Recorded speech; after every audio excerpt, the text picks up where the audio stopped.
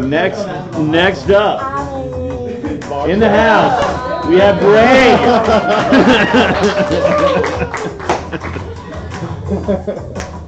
Uh-oh.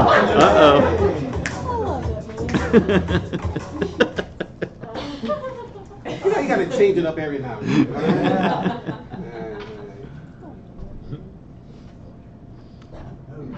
You understand why I played that. I'm not starting my presentation.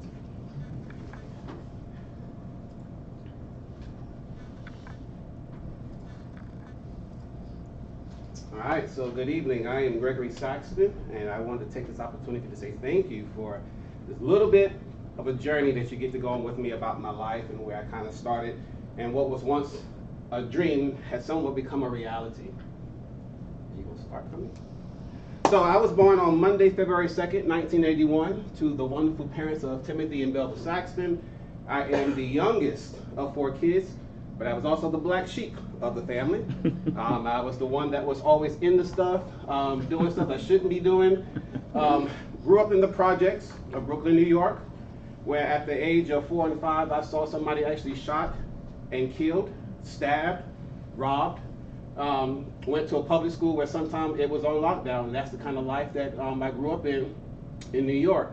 My family, we love music, we love to dance, and Michael Jackson actually is one of the people who actually has inspired me. As being a public administrator, sometimes you got to learn how to dance to the rhythm that is given to you. Also, I love worship and arts at my church. So my mom moved us to Casey, South Carolina, where I went from a culture shock of being in an urban environment down to the South, where it's like, oh God, why am I here? I want to go back home to New York.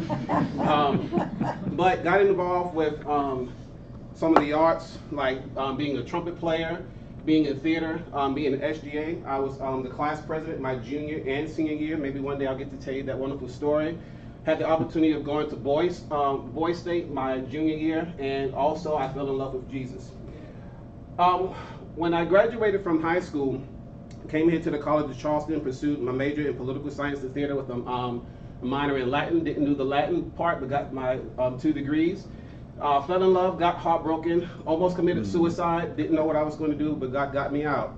After I graduated, went to Charleston Stage and started doing what I love, being in front of people, being able to express myself in the form of art, doing different shows. And I actually had my first job as an account executive for this firm, but then college student gets unemployed. I never had lost a job a day in my life until I actually had to. I was out of college and in the unemployment line, looking for work, trying to figure out what am I going to do. My ego, my confidence, self-esteem gone down the drain. But the Lord opened up an opportunity for me to be a clerk at the town of Allendale, where I started, as a clerk treasurer. 2 days of training, and from there got my certification as a clerk, got my CMC through the International Institute of Municipal Clerks, became the first person in the Athenian Dialogue.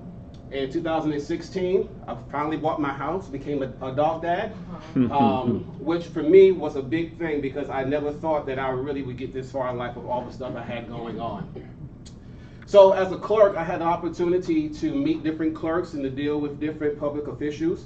I got an opportunity to travel, going to annual and regional conferences, and also as for the state of South Carolina through the Municipal Association, I actually served as the former president of the MFOCTA board.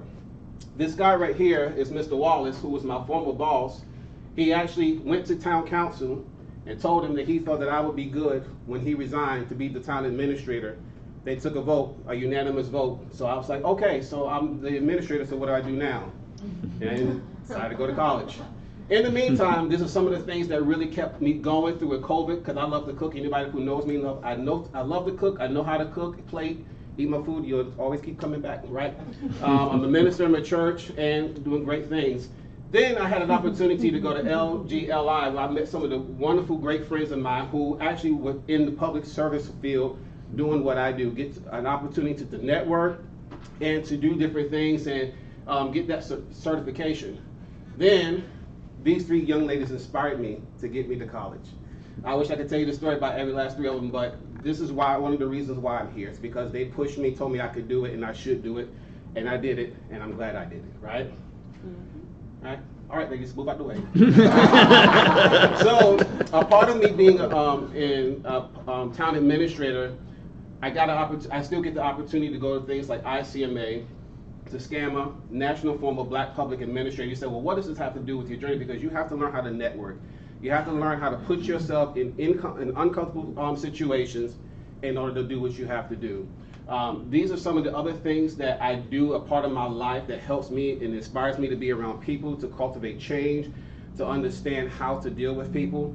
And with the journey that I've had, one of the greatest Bible scriptures that I hold on to is Philippians 1, 6, and 7. I'm confident in this very one thing, that he who has begun a good work in me will perform it and complete it until the day of Jesus Christ. And so, here we are. When life gets hard for you, always remember to reach inside to get your inner Tina Turner. Be swag, be cool, because horizon is right in front of you. And that's it. One